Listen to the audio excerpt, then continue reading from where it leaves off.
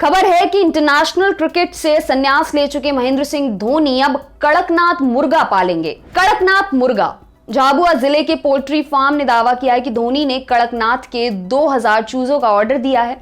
अब इस कड़कनाथ की कहानी क्या है, क्यों इतना फेमस है, क्यों इतना महंगा है, और सबसे जरूरी बात, इसका नाम कड़कनाथ क्यों पड़ा।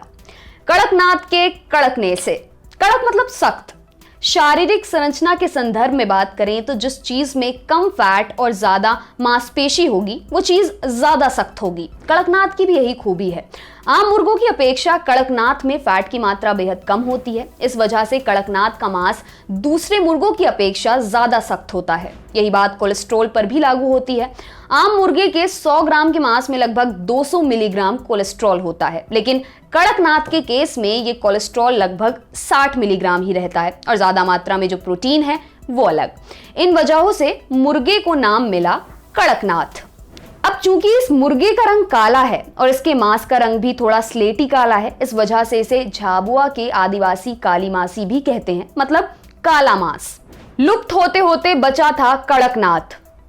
झाबुआ के जंगलों में इसकी उत्पत्ति मानी जाती है, एकदम देशी प्रजाति। अपने रंग में एकदम करिया कड़कनाथ एक समय लुप्त होने की कगार पर था। क्यों? वही बात, इतनी खूबी की खाने वाले चाव से खाते थे, इतनी खवाई हुई कि प्रजाति ही विलुप्त होने लगी। साथ ही प्योर ब्रीडिंग की समस्या भी थी, मतलब कड़कनाथ प्रजाति का मुर्गा दूसरी प्रजाति की मुर्गी के साथ प्रजनन करता या इसका उल्टा होता तो अगली पीढ़ी में कड़कनाथ ना पैदा होकर मिक्स नाथ पैदा होते, तो प्योर ब्रीड खपती जा रही थी और पैदा भी नहीं हो रही थी। और कड़कनाथ की जो ब्रीड पैदा भी हो रही थी उनका वजन बहुत कम था। फिर सरकारें जागी, तुरंत काम शुरू हुआ। 2010 के आसपास का समय था। झाबुआ में कृषि विकास केंद्र में कड़कनाथ पालन की नींव पड़ी। कृषि विकास केंद्र के वैज्ञानिक डॉक्टर IS तोमर के मुताबिक कड़कनाथों को अलग अलग शेड में रखा गया, उनके खान पान पर विशेष ध्यान दिया गया, पौष्टिक आहार दिया गया, प्रजनन का क्रम भी सुधरा।